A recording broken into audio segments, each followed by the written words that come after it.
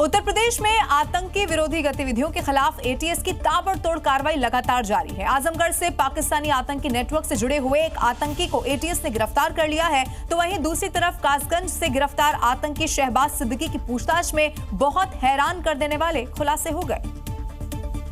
दरअसल आतंकी सिद्दीकी जैश आतंकी संगठन से जुड़ा था और फिदायीन हमले की तैयारी में था। उसे पाकिस्तान आतंकी के इशारे का इंतजार था। इस दौरान एटीएस को आतंकी के फोन से भी कई अहम सबूत हाथ लगे हैं। शहबाज सिद्दीकी को कुछ फंडिंग भी करता था और शहबाज सिद्दीकी उनकी फंडिंग से यहाँ पर अपना आतंकी नेटवर्क तैयार कर रहा था। साथ ही एक मामला आजमगढ़ से आया है, जहां पाकिस्तानी आतंकी संगठन से जुड़े एक आतंकी को एटीएस ने गिरफ्तार किया।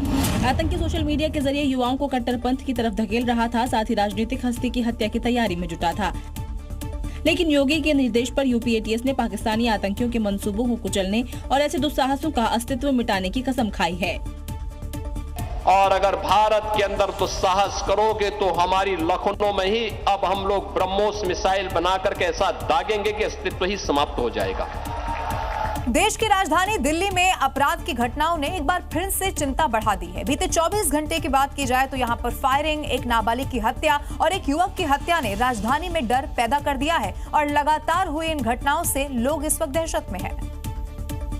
जून की शुरुआत हुई और दिल्ली के कई इलाकों में मातम पसर गया। 24 घंटे में दिल्ली की नॉर्थ ईस्ट इलाके में डबल मर्डर हुआ तो एक फायरिंग की घटना सामने आई है। ये दिल्ली का न्यू उस्मानपुर इलाका है, जहां 1 जून की रात करीब 10:25 पर एक 17 साल के नाबालिग की चाकू घोंपकर हत्या कर दी गई। सूचना मिलते ही पुलिस मौके पर पहुंची, जांच शुरू की। फोरेंसिक टीम ने भी घटनास्थल से सबूत जुटाए हैं। इससे कुछ देर पहले ही दिल्ली के न्यू उस्मानपुर में ही एक फायरिंग की घटना सामने आई, जहां बदमाशों ने कई राउंड फायरिंग की, जिसमें एक नाबालिग के पैर में गोली लगने से वो घायल हो गया। और सुबह होते ही तीसरी वारदात भगत सिंह कॉलोनी से सामने आई, जहां 26 साल के ललित की चाकू मारकर हत्या कर दी गई। आरोप है कि अवैध संबंधों के शक में मोहित नाम के युवक ने इस वारदात को अंजाम दिया।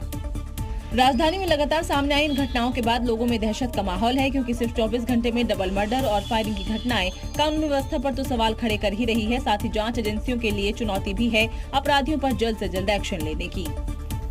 दिल्ली के न्यू उस्मानपुर में 17 साल के अभिषेक की मौत पर दिल्ली की जनता में जबरदस्त आक्रोश है। घटना का सीसीटीवी वीडियो सामने आने के बाद लोग आरोपियों की जल्द गिरफ्तारी की अब मांग कर रहे हैं। गुस्साए लोगों ने अभिषेक की मौत पर प्रदर्शन भी किया,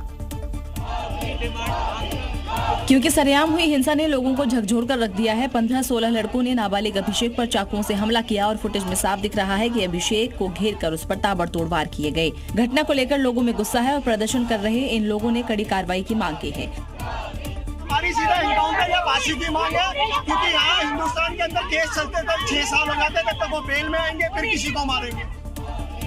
दिल्ली में भीड़भाड़ वाले इलाके में इतनी बड़ी वारदात का होना कानून व्यवस्था को लेकर गंभीर सवाल खड़े करता है। पुलिस आरोपियों की पहचान में जुटी है, लेकिन 17 साल की सपनों भरी जिंदगी और एक परिवार का चिराग तो बुझ गया। अब देखना होगा पुलिस कब तक हत्यारों तक पहुंच पाती है।